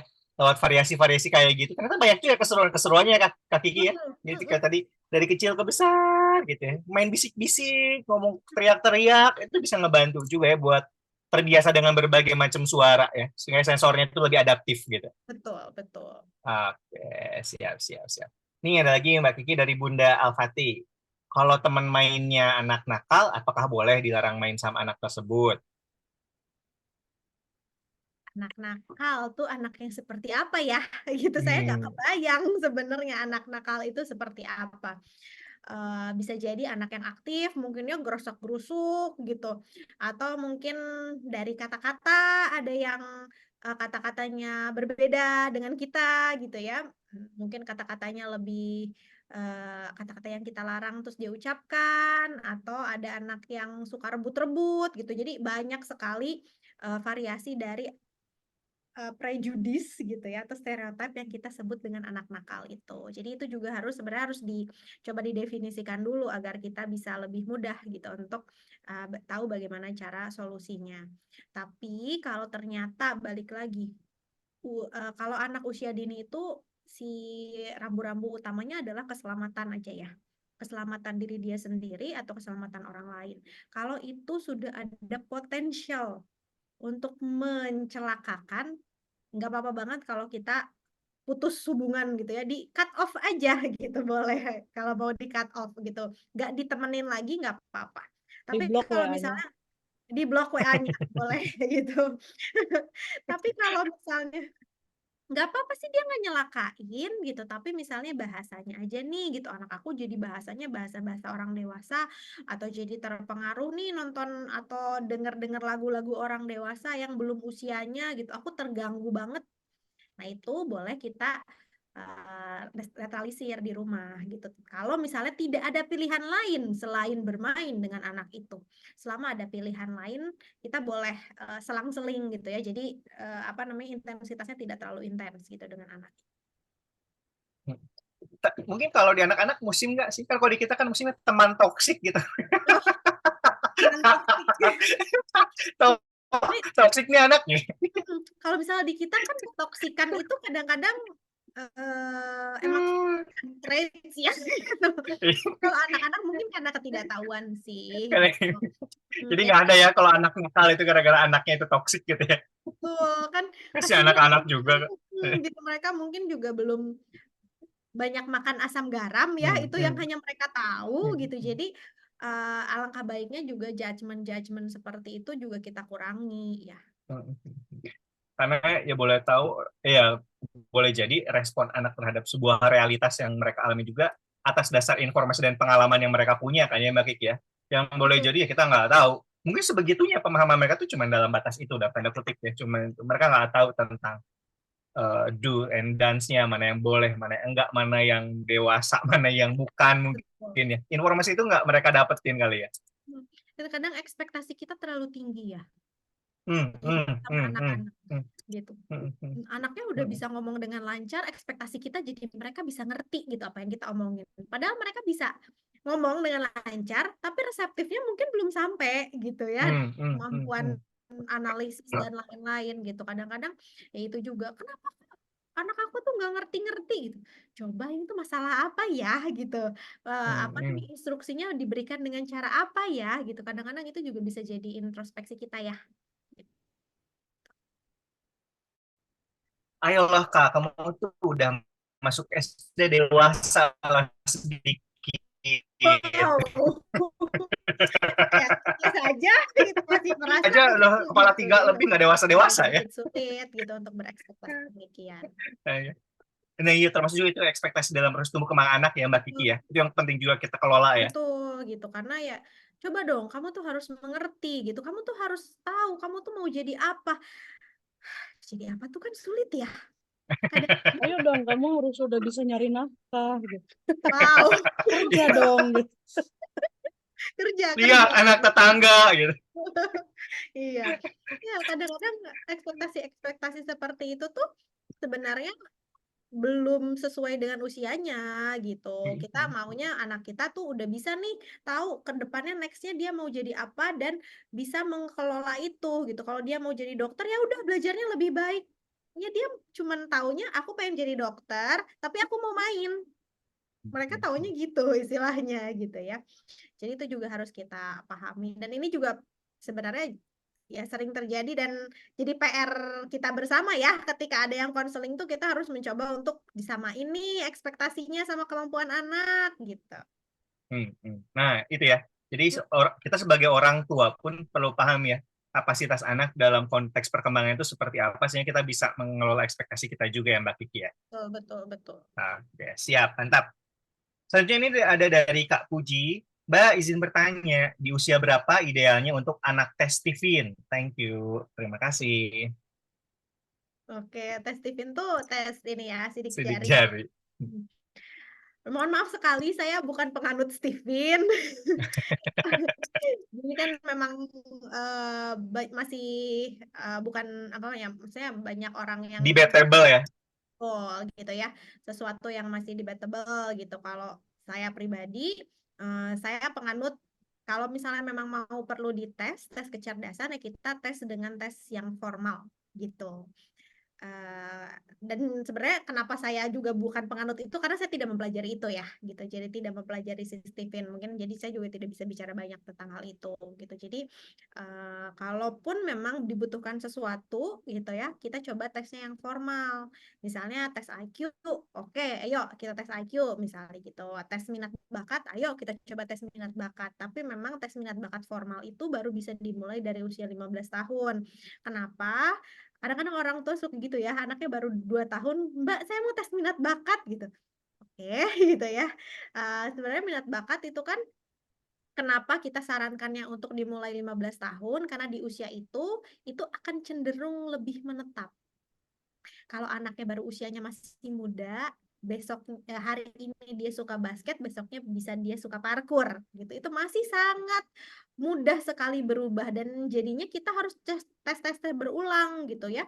Sedangkan tujuannya di usia-usia itu memang pemaparan gitu. Jadi kita paparkan berbagai macam hal, nanti dia bisa pilih. Nah, biasanya 15 tahun itu sudah lebih mengerucut. Ketika itu sudah lebih mengerucut, kita akan jauh lebih mudah dan efektif untuk mengarahkannya gitu. Kalau Kang Alwin gimana nih? Kalau ditanya tes Stephen dimulai dari usia berapa, Kang Alwin gimana? Sama kayak Mbak Kiki, saja bukan penganut Stephen. Jadi Oke. lebih saya juga kurang tahu Mbak Puji, gitu. Tapi kalau Mbak Puji merasa perlu dan penting mungkin bisa ditanya ya ke yang ahli Stephen. Tapi kalau kami kami sendiri terbiasa untuk dalam proses melakukan assessment terhadap anak gitu, mau itu minat bakat intelektualnya, konteks adaptasinya gitu. Buat kami itu butuh proses yang cukup panjang ya Mbak Kiki ya. Mungkin butuh waktu 2 jam, 3 jam, atau mungkin ada harus ke beberapa kali pertemuan gitu ya. Karena buat kami untuk bisa melihat, mengamati seorang individual, apalagi itu anak-anak secara komprehensif, secara menyeluruh, itu dibutuhkan kehati-hatian dan dibutuhkan waktu ya Mbak Kiki ya. Betul. Mungkin karena kami juga nggak belajar Stephen sih, jadi Ya. kami kurang tahu, mohon maaf. Tapi kalau seandainya Mbak Puji merasa ini penting dan perlu, nggak apa-apa. Bisa ditanya juga ya ahli-ahli Stephen, mungkin bisa cari di Google. Gitu aja tanggapan dariku, Mbak Kiki. Betul. Oke, ini masih banyak juga pertanyaan-pertanyaan yang banyak banget nih Mbak Kiki. Ini biasa sampai jam 3 subuh kayaknya. Aduh. Enggak ya? Kuat ya Oke, sampai jam bismillah. 12 ini. Bismillah. Apa yang harus dilakukan orang tua terhadap anak yang memang secara ketertarikan dan menonjol pada belajar, tapi kurang care terhadap lingkungan dan perasaan orang lain. Jadi punya nih ketertarikan dan menonjol dalam konteks belajar ya, tapi kurang care terhadap lingkungan sama perasaan orang lain. Bahkan jika ada adik atau temannya terluka, dia cuek aja. Selama ini orang tua karena melihat anak senang belajar difasilitasi dengan berbagai macam buku-buku yang dia suka. Apa yang dilakukan agar anak lebih care? Nah, jadi memang kalau sama pelajaran, sama pengetahuan, dia concern banget, tapi kurang nih care terhadap lingkungan sama teman-temannya. Berarti kan yang sosio emosinya ya yang belum berkembang dengan optimal. Jadi untuk sosio emosi ini memang dimulai dari apa? Dari mengenal emosi dulu. Anaknya udah kenal belum sebenarnya dengan emosi? Jangan-jangan dia tidak bisa mengadres gitu ya, merasakan emosi orang lain karena dia juga masih tanda tanya gitu sama emosi diri dia sendiri. Emang kalau jatuh tuh sedih ya? Emang kalau jatuh tuh gimana perasaannya gitu. Jadi kita runut lagi gitu, cek lagi dari kemampuan dasarnya dia sudah kenal tidak dengan emosi diri dia sendiri.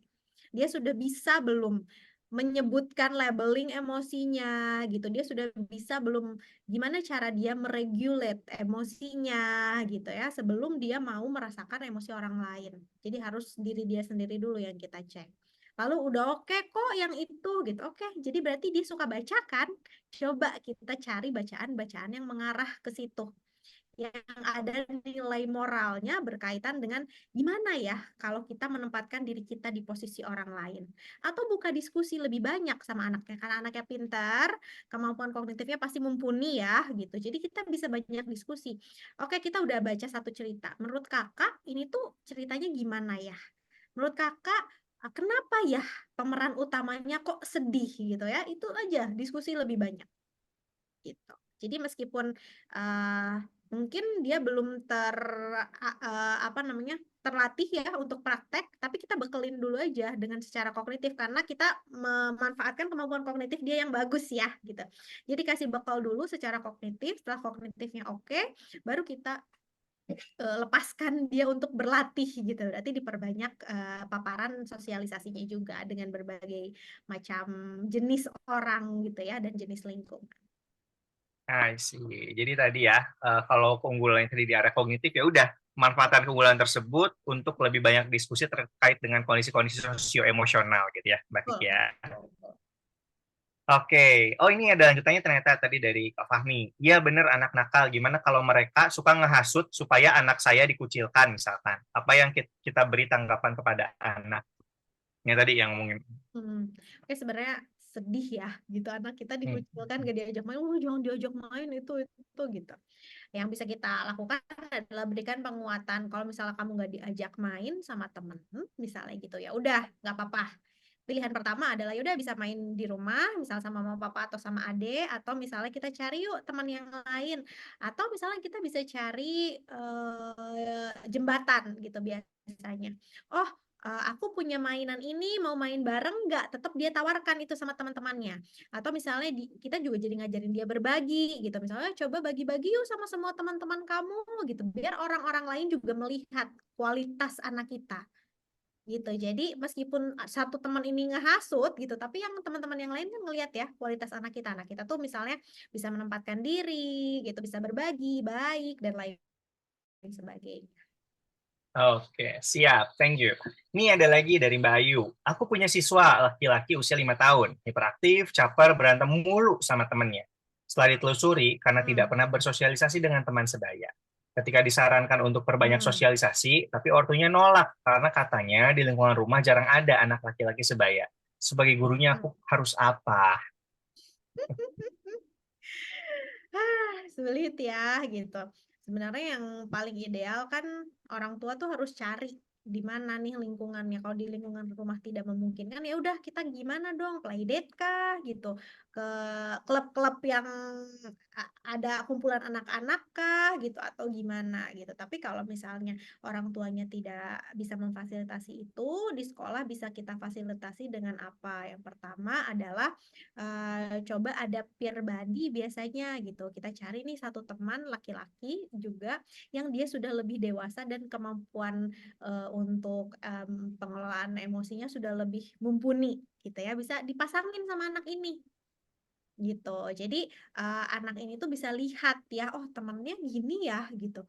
Aku bisa kayak gini juga gitu. Jadi nanti si teman ini tuh bisa jadi jembatan untuk anak yang aktif ini juga untuk berteman dengan teman-teman yang lain gitu. Jadi dia merasa tidak terlalu asing.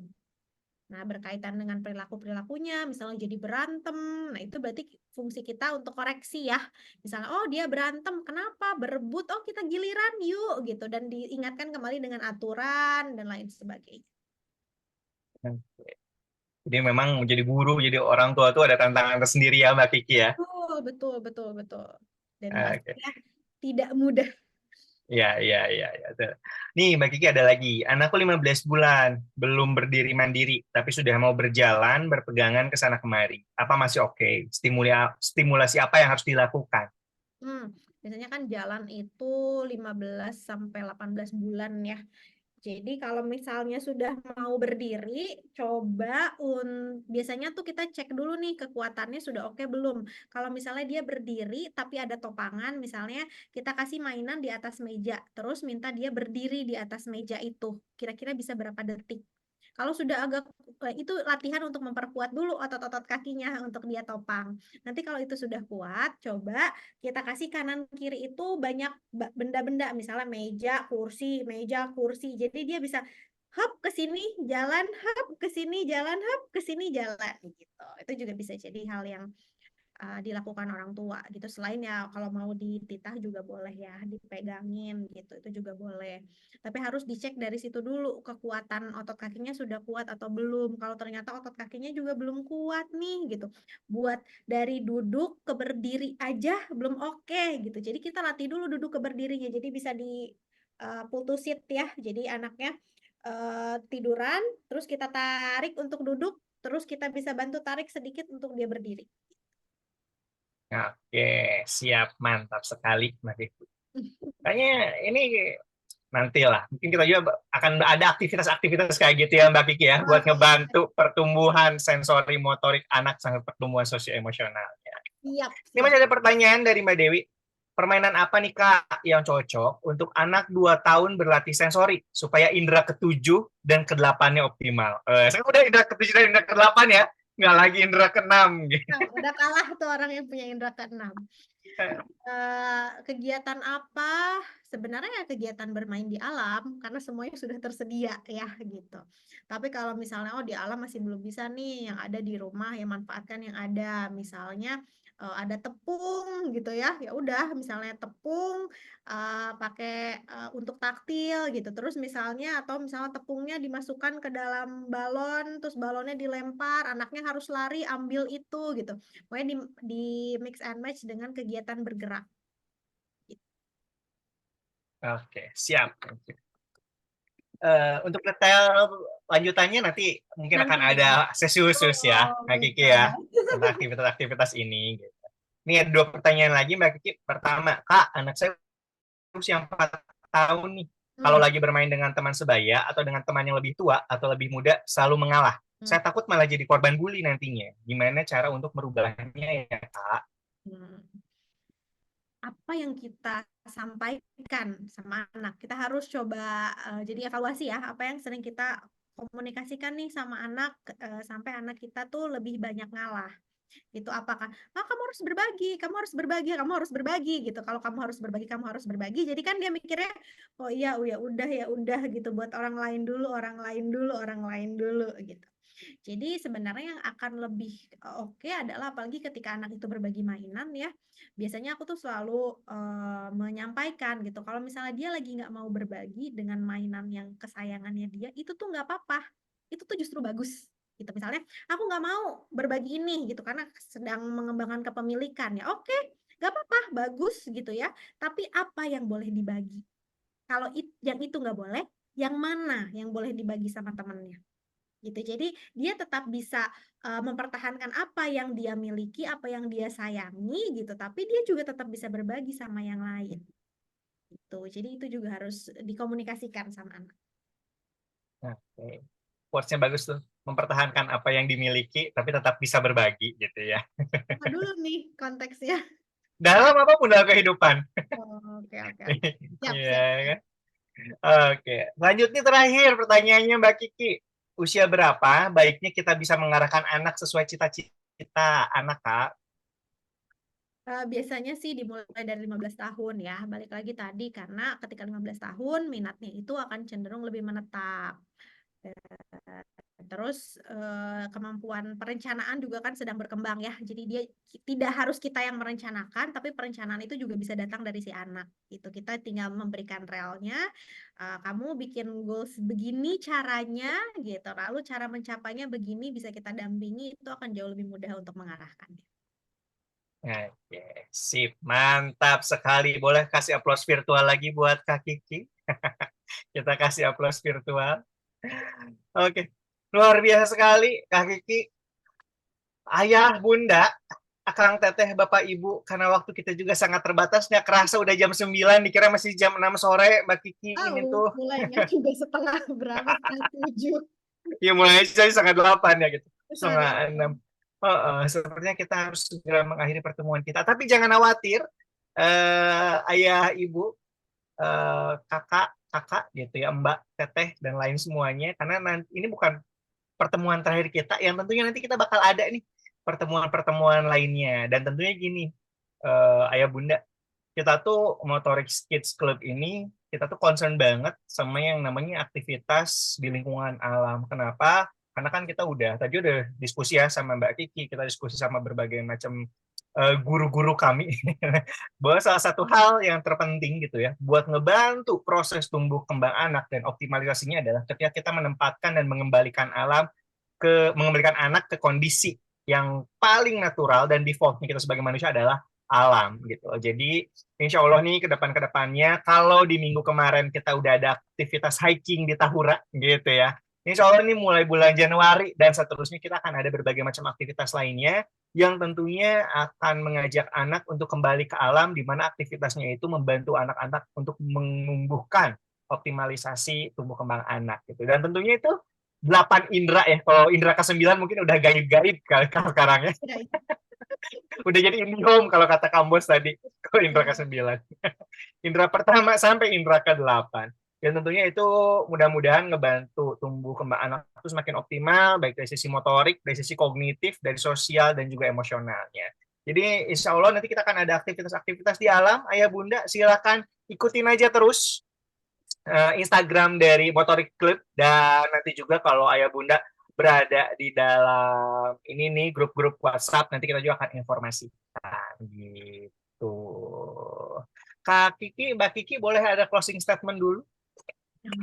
Closing statement. Jadi sebenarnya kalau berkaitan dengan perkembangan anak ya, gitu, yang harus kita ingat adalah anak itu tidak dibandingkan dengan anak tetangga, anak selebgram, anak artis, tapi sebenarnya perkembangan anak itu dibandingkan dengan anak seusianya secara norma. Gitu. Kalau misalnya kita melihat anak kita tidak sesuai dengan teman-temannya, nah itu boleh kita risau gitu. Tapi kalau misalnya kita hanya membandingkannya cuma 1 dengan 2 gitu ya, itu tidak valid istilahnya gitu. Jadi kita juga butuh untuk memiliki dan memahami bahwa perbandingan perkembangan anak itu ada normanya gitu ya. Yang itu normanya adalah sesuai dengan usia anak-anak seusianya. Gitu. Jadi semoga itu bisa menjadi patokan kita ya. Jangan terlalu banyak overthinking gitu ketika anak kita belum begini gitu, belum begitu tapi anak tetangga sepupunya begitu gitu. Coba balik lagi ke anak seusianya gitu. Dan kalau misalnya memang butuh bantuan, sedang butuh dibantu untuk dirunutkan atau butuh tadi misalnya udah ada parenting trap nih gitu, sedang butuh mencari konfirmasi gitu ya, boleh datang ke ahli. Tidak harus ke psikolog, tidak harus pada saya gitu, bisa pada dokter spesialis anak, dokter spesialis-spesialis yang lain gitu. Siapapun terapis juga bisa gitu, siapapun ahli-ahli yang punya kapasitas untuk menjawab pertanyaan-pertanyaan dari ayah bunda. Oke, mantap sekali. Dan gini ya, Ayah Bunda, satu hal yang pasti kalau saya akhirnya menyadari bahwa proses parenting itu, proses pengasuhan anak itu bukan untuk menjadikan anak sempurna ya Mbak Kiki ya. Setuju. Karena seringkali pada akhirnya menjadikan kita sebagai orang tua stressful juga. Gimana nih caranya melakukan pengasuhan dan parenting supaya anak itu menjadi sosok individu yang sempurna ketika dewasa. Dan ya kadang sulit. Maksudnya gini, ketika memang ada hambatan-hambatan tertentu dalam proses perkembangan anak, anak tantrum, anak marah, anak susah makan, itu adalah sesuatu yang memang wajar ya terjadi pada anak-anak. Cuman tugas kita dalam proses pengasuhan adalah bagaimana men-tackle atau menghadapi berbagai macam hambatan itu dan mengoptimalisasi. Jadi tugas kita bukan untuk menjadikan anak sempurna ya Mbak Kiki ya kayaknya. Karena justru yang jadi penting adalah menjadikan anak terus mau belajar sehingga nanti ketika proses dewasanya pun di tengah ketidaksempurnaan hidup yang mereka alami, mereka tetap mau belajar, bertumbuh, dan pada akhirnya bisa menghadapi berbagai macam tantangan-tantangan yang ada dalam hidup. Setuju sekali.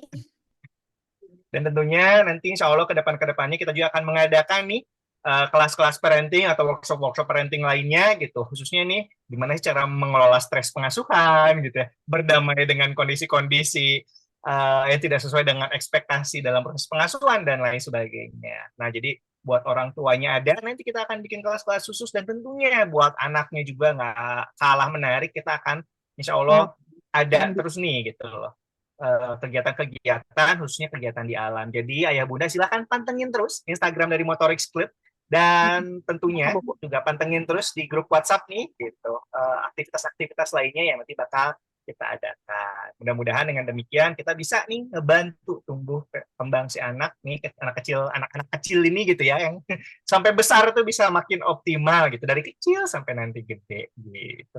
Itu aja ayah bunda yang bisa saya sampaikan. Mohon maaf kalau ada hal kurang berkenan, maaf juga kalau ada pertanyaan-pertanyaan yang belum terjawab gitu ya. Tapi mudah-mudahan di lain kesempatan kita bisa bertemu kembali. Sekian dari saya, terima kasih. Mari terus belajar, mari terus bertumbuh untuk nggak cuma buat anak-anak aja, tapi khususnya buat kita selaku orang tua. Itu aja, saya kembalikan lagi kepada Kambos. Thank you. Ya, terima kasih banyak Kang Alwin dan Tante Kiki nih. Tante. Aku berasa muda lagi ya Allah. Oke, tadi itu adalah materi tentang dunia parenting yang membawa kita pada level awareness ya, level kesadaran tentang apa, baik tentang diri kita sendiri mungkin sebagai orang tua, atau mungkin yang belum menikah juga, atau yang sedang menantikan sang buah hati, menjadi apa ya, pembelajaran untuk kita sampai pada level awareness kepada diri sendiri, dan juga level aware kepada dunia anak gitu. Jangan-jangan selama ini apakah kita terlalu overparenting mungkin, atau justru belum optimal atau maksimal seperti itu. Nah, sebelum kita tutup akan ada pemberian grand prize dari webinar kali ini kepada 2 orang yang paling aktif. Mau saya atau Kang Alwin yang mempersembahkan? Kambos saja. Oh siap, kalau begitu.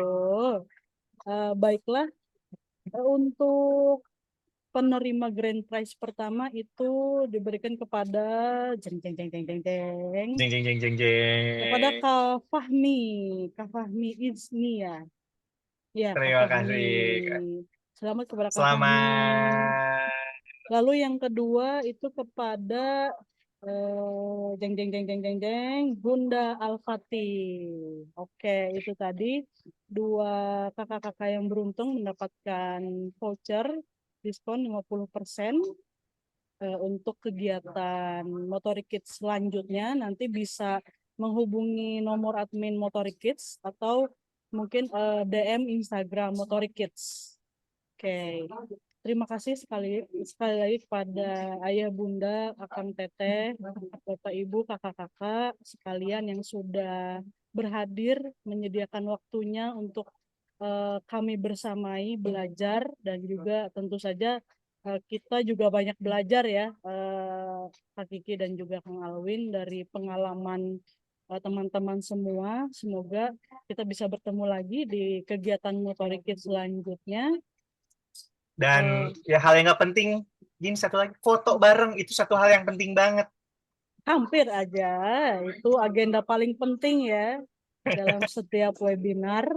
Oke, siap. Oke, boleh Akang Teteh, Ayah Bunda, kakak-kakak untuk open cam, silahkan. Kalau yang bisa ya, kalau yang bisa Iya, silakan di open betul. cam gitu. Silakan siap-siap, Kalau yang memungkinkan. diberi waktu 10 jam untuk siap-siap. Kelamaan ya. Pakai MUA dulu dong kamu. Ran, embos Ran. Oke, boleh. Sekarang Boleh teman-teman. ada yang mau open cam dulu? Kalau nggak ada, kita nggak apa-apa. Kita semua. screenshot aja. Siap kalau begitu. Ini udah malam kayaknya ya. Udah setelan piyama. Udah setelan piyama, make upnya udah pada dibersihin. Oke, siap-siap. Kita gayanya apa nih bertiga nih? Kita pakai gaya dong. Apa? Silahkan, boleh Apa bebas. coba? Gini aja, ini gerak motorik kan. Oh, siap. Gym ya. Anak gym. Kan kaki gym banget. Menuju Motorik sampai dewasa.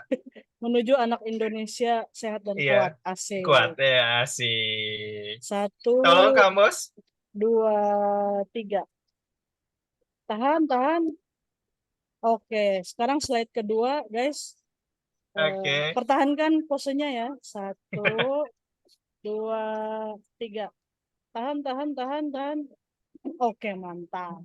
Oke, mantap. Sekian webinar dari kami. Segenap tim Motorik Kids mengucapkan terima kasih sekali lagi atas semangat belajar dari teman-teman.